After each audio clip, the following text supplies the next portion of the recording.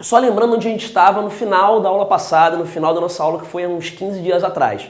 A gente estava falando sobre o regime militar brasileiro e a gente conversou sobre o governo Médici. Falei algumas coisas para vocês sobre o governo Médici. Primeiro ponto que eu falei com vocês, o governo Médici foi um governo de grande crescimento econômico. Segundo ponto importante, o governo Médici foi um governo de grande aprovação popular também, né? Então eu tenho aprovação popular, crescimento econômico, mas eu tenho um terceiro ponto significativo. O governo Médici foi um governo onde a repressão do regime militar atingiu o ápice, digamos assim, né? Era o período do auge da linha dura, do auge da repressão, o período que foi conhecido na história como os anos de chumbo. Então esse período do governo Médici vai ser um período complicado da ditadura. O governo Médici, falando que foi um governo de muita repressão, mas de muito crescimento econômico, associado a uma aprovação popular importante. Mas o governo Médici ele vai terminar de forma um tanto quanto complicada. Por quê? Porque ao final do governo Médici, um grande choque internacional na economia, conhecido como choque do petróleo, coloca em xeque o modelo de crescimento do Brasil, coloca em xeque o modelo que o milagre econômico perpetuou. Né? E cabe lembrar aqui que modelo era esse, quais eram as bases desse modelo. Eu disse para vocês na aula passada que eram duas bases. A base número 1, a questão do arroz salarial, ou seja, aquela limitação ao crescimento dos salários. E a base número 2, a questão do endividamento externo, ou seja, o aumento da dívida externa, o uso de recursos externos para financiar o crescimento econômico. E é nesse cenário que a gente vai ter a posse de um novo presidente militar, que a gente vai ter o início do chamado governo Geisel. Que o Geisel assume a presidência, né, o quarto militar a assumir a presidência do Brasil. E o governo Geisel é um governo importante, é um governo de peso, né, um governo que muda a estrutura da própria ditadura, do próprio regime. Cabe comentar que o Geisel ele representa um retorno dos chamados castelistas ao poder, o retorno dos chamados castelistas ao poder. E se são castelistas, né, se é esse grupo que a gente está falando, cabe lembrar, o que significa ser castelista? Castelista era o grupo do regime militar que pensava numa proposta de intervenção cirúrgica dos militares na política. Ou seja, o grupo dentro do exército, o grupo dentro das forças armadas, que pensava que os militares deveriam ficar pouco tempo no poder. Deveriam promover a volta do poder aos civis o mais rápido possível, que a intervenção militar seria uma intervenção curta. E o Geisel, quando retorna à presidência, quando marca o retorno desses castelistas, ele vai ser um cara que vai levar a cabo esse projeto. Ou seja, a posse do Geisel já marca uma coisa importante pra gente. É um momento onde os militares começam a pensar em passar o poder para os civis. É um momento que fica conhecido como o momento da abertura lenta, gradual e segura. Ou seja, ocorre uma abertura política no Brasil, ou pelo menos se encaminha uma abertura política durante o governo Geisel. Nesse momento você pode estar se perguntando em casa, Bernardo, quais são os elementos, por que o Geisel, né, quando ele assume, ele vai promover esse projeto de abertura? Só porque ele é castelista? Só nesse sentido que a abertura é promovida? Não, gente. A gente não explica o fato da abertura ter sido promovida apenas com o retorno do Geisel, apenas com o retorno dos castelistas. Alguns elementos ajudam a gente a explicar o porquê que os militares começam a pensar com mais carinho, digamos assim, nesse projeto de abertura nesse momento.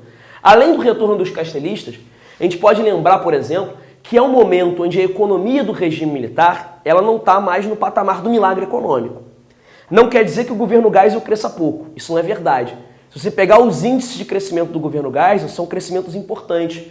O governo Geisel vai ser responsável, por exemplo, pelo segundo PND, o segundo Plano Nacional de Desenvolvimento, de 1974. Esse segundo PND, ele é um Plano Nacional de Desenvolvimento que faz a economia continuar crescendo bastante. Cresce a níveis quase próximos do milagre econômico. Dou exemplo, o ano de 74, a economia brasileira cresceu 9,6%. Então, crescimento interessante, crescimento significativo, próximo dos níveis que a gente vivenciou no milagre. Então, na verdade, embora haja aí um nível de crescimento econômico importante, interessante, o modelo econômico do regime está em xeque. Aí você fala, Bernardo, por quê? Porque a gente viu que a base do regime era arroz salarial endividamento externo, a base do crescimento econômico do regime. Se endividar nesse momento fica mais caro. Se endividar nesse momento fica mais complicado. Se endividar nesse momento custa muito para os militares. É o momento onde os juros internacionais estão muito altos. Se os juros internacionais estão muito altos, o preço do dinheiro está muito alto. O preço do endividamento é muito alto. Nesse sentido, é importante entender isso. O segundo PND é um plano de desenvolvimento que mantém o endividamento externo, mantém o crescimento econômico, mas é um plano que vai aumentar, que vai promover um aumento muito grande da dívida externa. E essa é uma marca do governo Geisel. É um governo que marca um crescimento econômico menor que os níveis do milagre, mas marca um endividamento muito maior do que vinha sendo feito até então. É o período onde o Brasil proporcionalmente mais se endivida ao lado da década de 90. Um período complicado, portanto. Gente, não sei onde vocês estão aí, mas aqui no Rio de Janeiro tá calor pra caramba. Tá sinistra a situação aqui no Rio de Janeiro, né? Vale uma prainha, o Descomplica fazer umas aulas na praia. Ia ficar legal, né? Pra gente, pessoal, pegar um solzinho enquanto isso. Beleza? Então esse é o cenário aqui. É um cenário de abertura que tem uma motivação econômica também, é claro. Né? Esse endividamento externo que está crescendo bastante, que está atingindo um nível muito alto. Então vamos recapitular aí. Temos o retorno dos castelistas, primeiro ponto. Segundo ponto, temos o modelo de crescimento que está sendo colocado em xeque, está sendo colocado em discussão. Os militares veem que está difícil fazer o crescimento econômico, está custoso fazer o crescimento econômico. Além disso, é muito importante a gente ressaltar uma coisa. No momento em que o Geisel assume a presidência da República, no momento em que o Geisel se torna presidente, a sociedade civil, ou seja, a sociedade brasileira, ela está se mobilizando contra o regime de forma muito clara. Dou alguns exemplos para você. Primeiro, nós vamos ter uma mobilização grande de organizações como a OAB, a Ordem dos Advogados do Brasil, a ABI, a Associação Brasileira de Imprensa, e o CNBB, a Confederação Nacional dos Bispos do Brasil. Essas três organizações da sociedade civil, elas estão se mobilizando de forma crítica ao regime nesse momento. Né?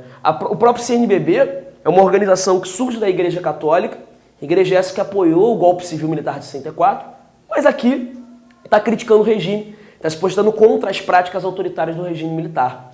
Então eu tenho, por exemplo, essa mobilização da sociedade civil, tem uma mobilização dos operários,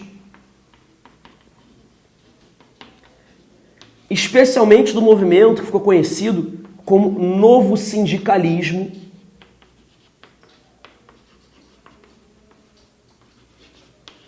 Esse movimento do Novo Sindicalismo foi um movimento que surgiu em São Paulo, na região do ABC Paulista, uma região de indústrias mais complexas, digamos assim, mais sofisticadas. E esse novo sindicalismo ele vai ser um movimento sindical extremamente combativo.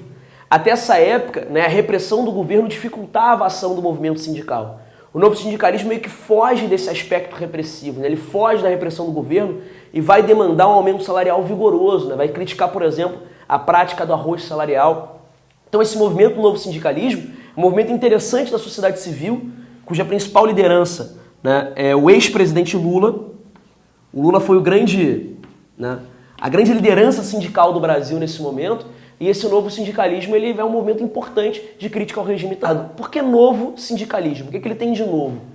Cabe lembrar que o sindicalismo tradicional do Brasil era o sindicalismo da Era Vargas, aquele sindicalismo corporativo. Lembrando, corporativo é controlado pelo Estado. O novo sindicalismo é um sindicalismo que não queria estar controlado pelo Estado.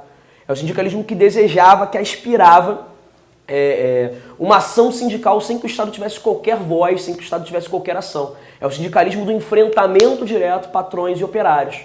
Esse novo sindicalismo, né, que pregava não repetir os erros sindicais da Era Vargas, é um movimento importantíssimo no Brasil nesse momento e instaura uma nova estrutura sindical. Hoje em dia, algumas organizações sindicais importantes, como por exemplo a CUT, a Central Única dos Trabalhadores, ela foi fundada a partir desse movimento, ela foi fundada a partir dessa movimentação do novo sindicalismo. Então a gente tem a organização da sociedade civil de forma clara, criticando, pressionando, colocando em xeque as bases desse regime militar. Tudo bem, gente? Tranquilo? né? Me dá um minuto, por favor, né? Vamos arrumar o visual aí, né? Continuar, enfim, limpinho, né? Que tá complicado aqui. Aproveitar que mudou o visual, né? Aproveitar que mudou o visual, né? Tava comentando com as meninas aqui do Descomplica, né? Que hoje eu vou uma festa fantasia, resolvi ir de adolescente, né? Aí tive que fazer a barba, estou não me reconhecendo, né? Me olho no espelho, acho que é outra pessoa, né? Mas vamos seguir aí, gente, olha só.